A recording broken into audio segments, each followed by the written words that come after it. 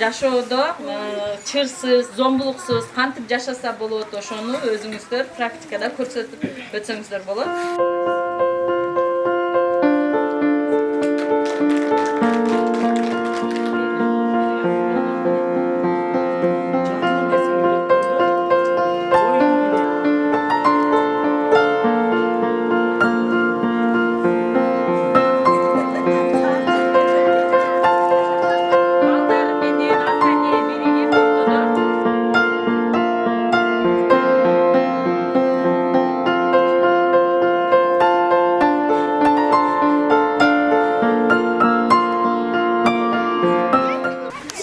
Bir adam balasının жашоосунда бул үй бүлө жашообуздун маңызы болуп эсептелет.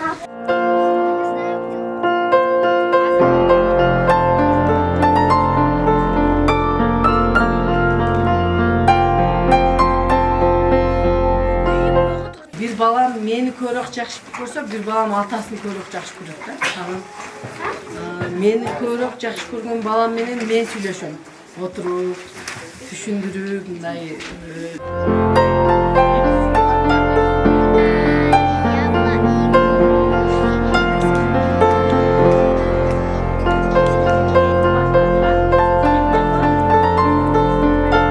Идет налево, песнь заводит, направо сказку говорит.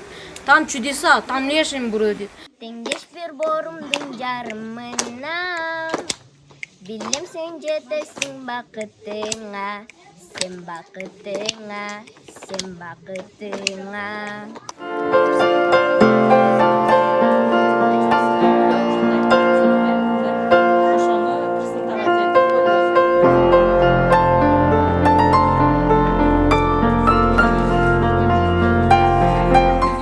Бұл семинардың алқағында біз ушу бири-бирибизге канчалык жакын болуп, жакшы болуп, бири-бирибизди түшүнүп, үй бүлө чогуу болуш керек экенин дагы бир жолу ынанып, түшүнүп, мындай тыянак чыгардык жакшы. Биздин үй бүлөдөн сырткары дагы 9 үй бүлө келиптир. Бири-бирибизди көрүп, алар кандай жашап атат, биз кандай жашап атабыз деп мындай кемчилик болсо оңдогонго, же болбосо башка үй бүлөлөрдүн кемчилиги болсо, аларга кайсы бир жактан үлгү көрсөткөнгө бүгүнкү иш-чаранын өтө орду чоң экен.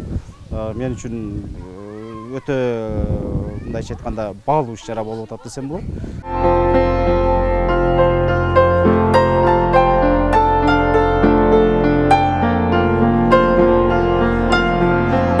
Ар бир үй бүлө толугу менен катышып жатат. Апалар гана балдары менен эмес, аталары менен дагы. Бул эң маанилүү. Ошондой эле мен бүгүнкү мына сынак боюнча ой пикирим мындай, бул долбоорду жайылтыш керек, кеңирээк, мүмкүн болушунча айыл жергесинде дагы, мына биздин өзүбүздүн Баткен шаарыбызда дагы.